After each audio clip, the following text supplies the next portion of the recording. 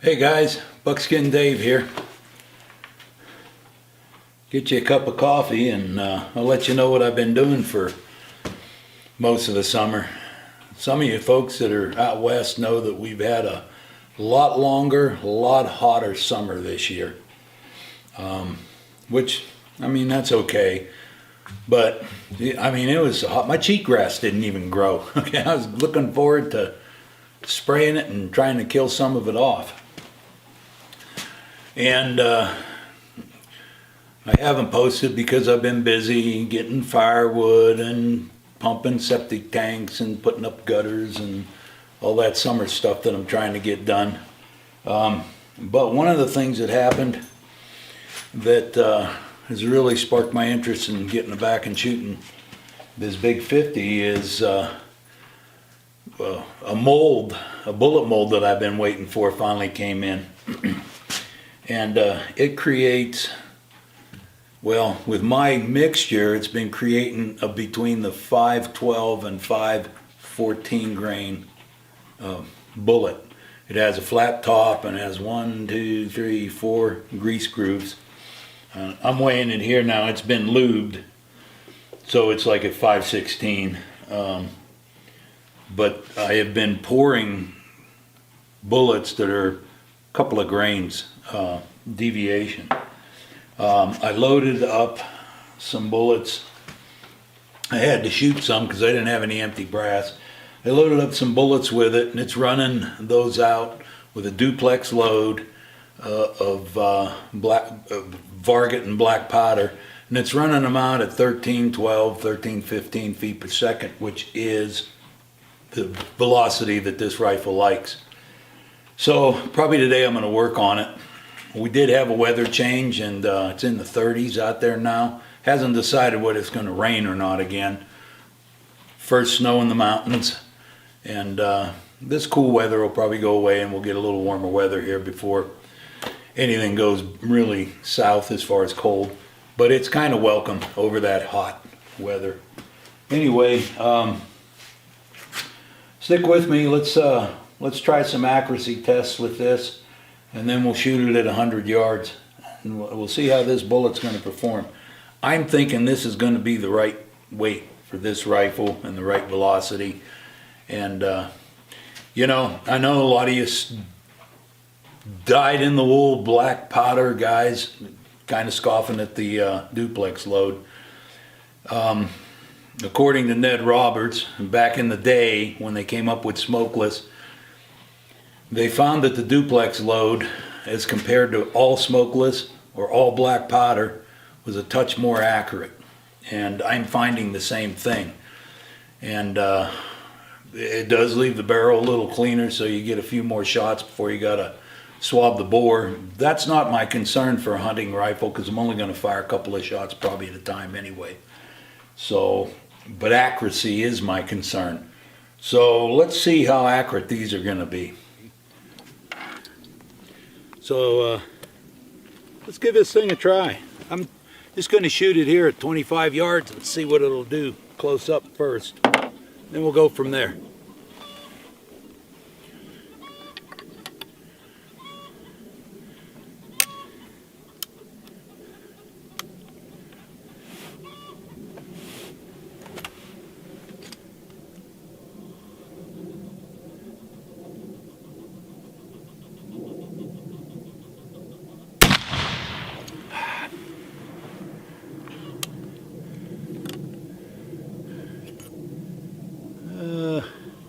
I think I see a hole near the...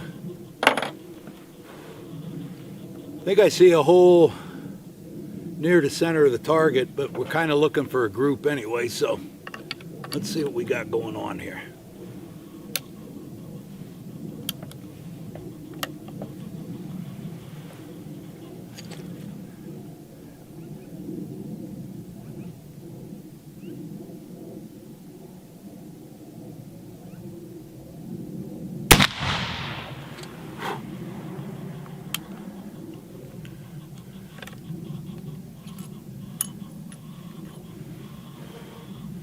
Man, I'll tell you, this 50 sure does have a little bit of a bite to it.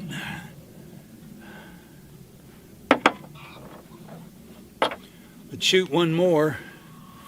It's cool enough the barrel isn't even getting warm. It looks like about a smokeless barrel as far as dirt. So let's see what this one does. And we'll go out and take a look.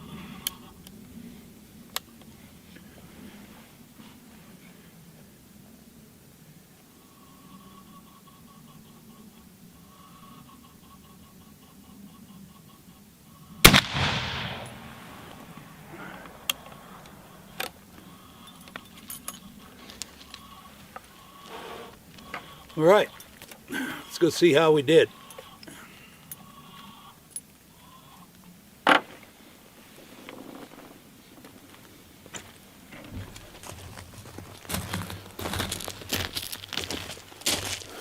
Okay, not bad. I put the sight as close as I could see at 25 yards on the sights on this X. And we got 3 shots, 2 touching here and one's over a little. For an open sight shot, that's a pretty good group. I'm kind of happy with that. I'm going to run up and dig out some bullets and see what kind of expansion we got. Not to mention, I'll throw them back in the pot and remold them. So I'll go up and see if I can find them. They're probably in the dirt right up. Well, I lucked out.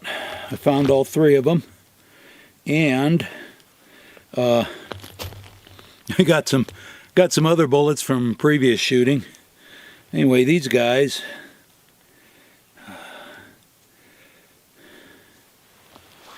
you can see them right there. To focus, this one's got a pretty good flat. That's pretty good flattening out, but they're holding together pretty good. This one here, it must have hit a rock or something in there because it's got just a little bit more expansion. What I found with these heavy bullets going at slow speeds, the animals that I have shot with them and harvested with them, you never find a bullet. It just sizzles right on through. Even when you start with a, let's see, I shot an elk with a 405 grain out of a 45-90 several years back. It just pinched right through.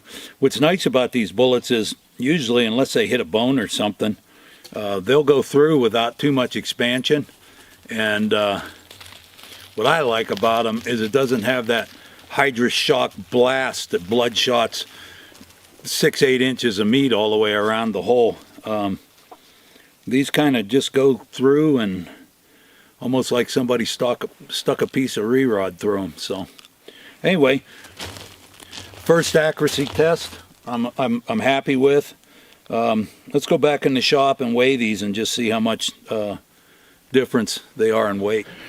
All right, chilly out there on the fingers. You may or may not notice, but this is another project I completed down in the basement where it was a lot cooler than it was outside this summer.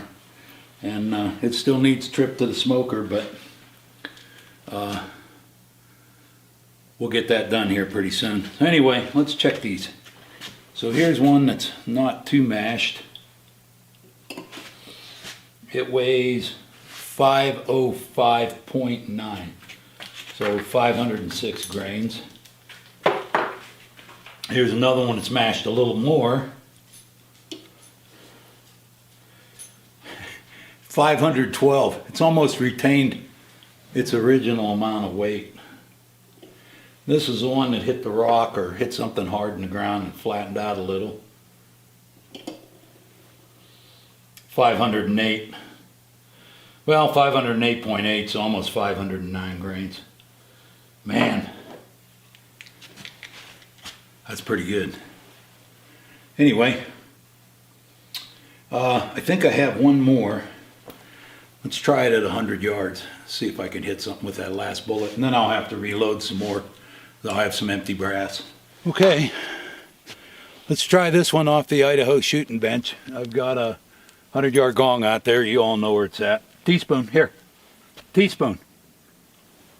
Teaspoon. Here, come here. I did not swab the barrel. So.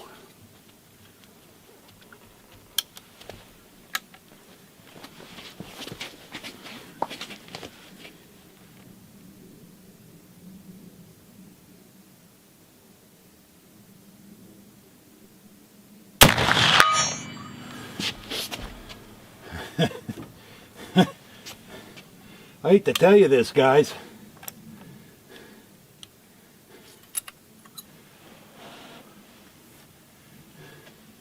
But I've got an orange dot on that plate that's about this big. And there's a big lead swash right in the middle of it.